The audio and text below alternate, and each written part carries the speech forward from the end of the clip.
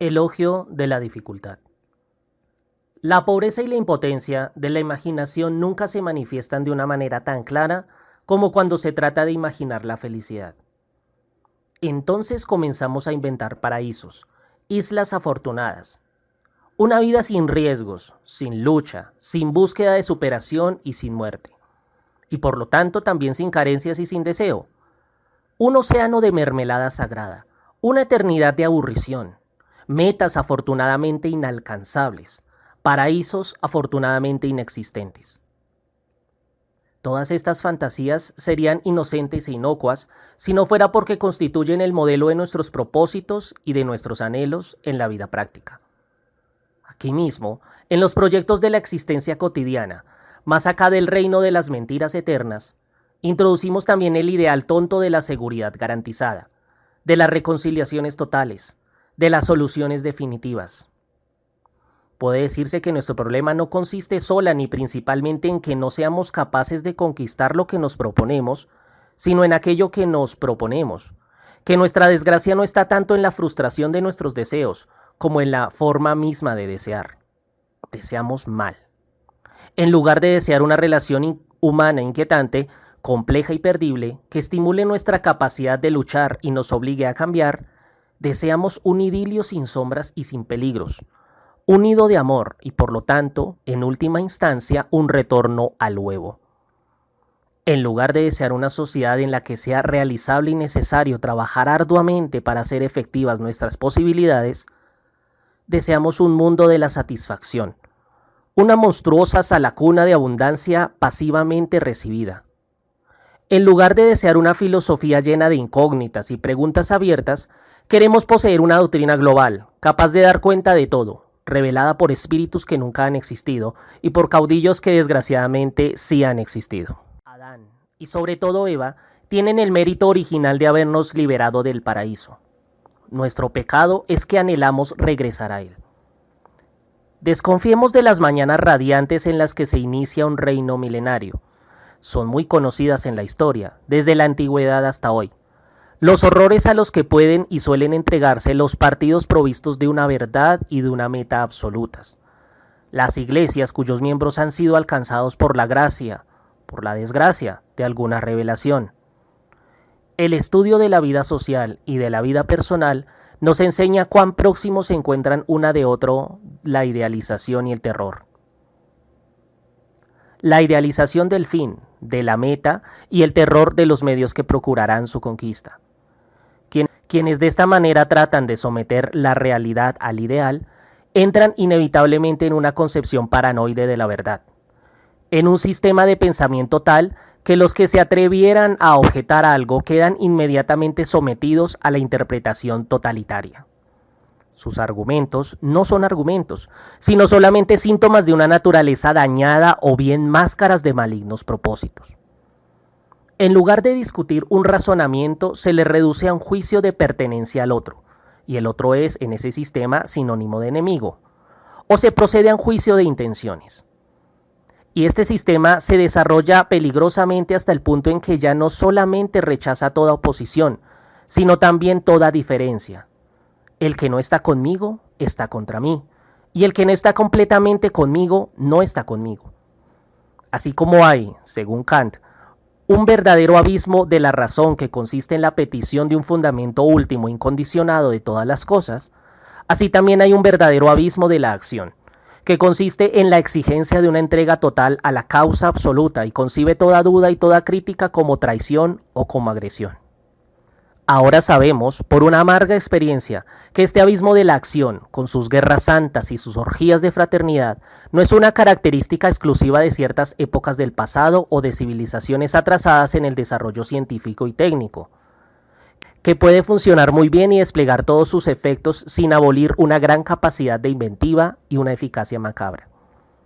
Sabemos que ningún origen filosóficamente elevado, supuestamente divino, inmuniza una doctrina contra el riesgo de caer en la interpretación propia de la lógica paranoide que afirma un discurso particular.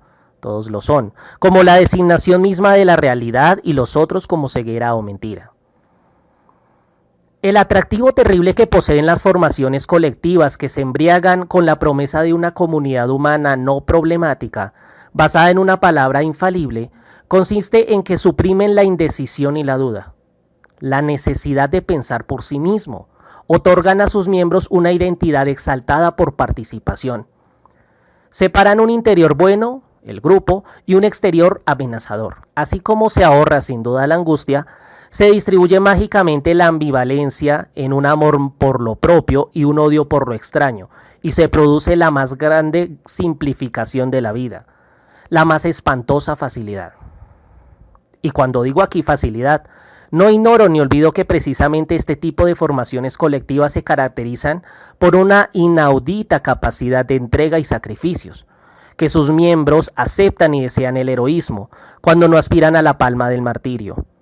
Facilidad, sin embargo, porque lo que el hombre teme por encima de todo no es la muerte y el sufrimiento, en los que tantas veces se refugia, sino la angustia que genera la necesidad de ponerse en cuestión, de combinar el entusiasmo y la crítica, el amor y el respeto.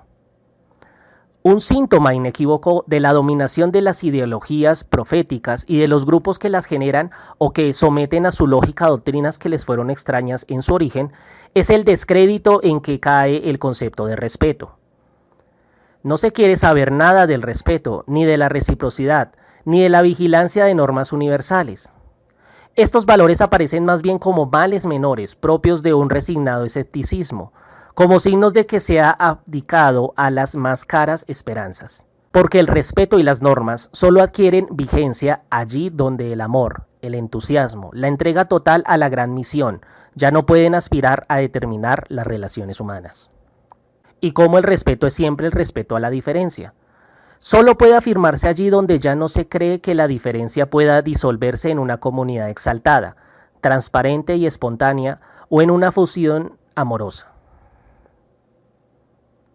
No se puede respetar el pensamiento del otro, tomarlo seriamente en consideración, someterlo a sus consecuencias, ejercer sobre él una crítica, válida también en principio para el pensamiento propio, cuando se habla desde la verdad misma, cuando creemos que la verdad habla por nuestra boca, porque entonces el pensamiento del otro solo puede ser error o mala fe, y el hecho mismo de su diferencia con nuestra verdad es prueba contundente de su falsedad, sin que se requiera ninguna otra.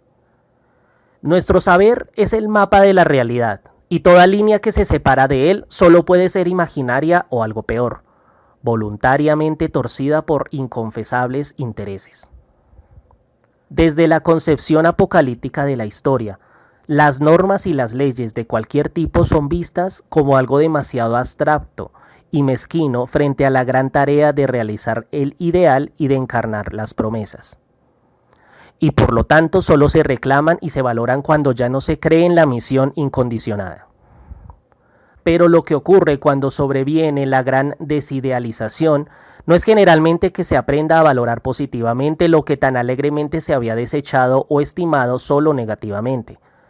Lo que se produce entonces, casi siempre, es una verdadera ola de pesimismo, escepticismo y realismo cínico.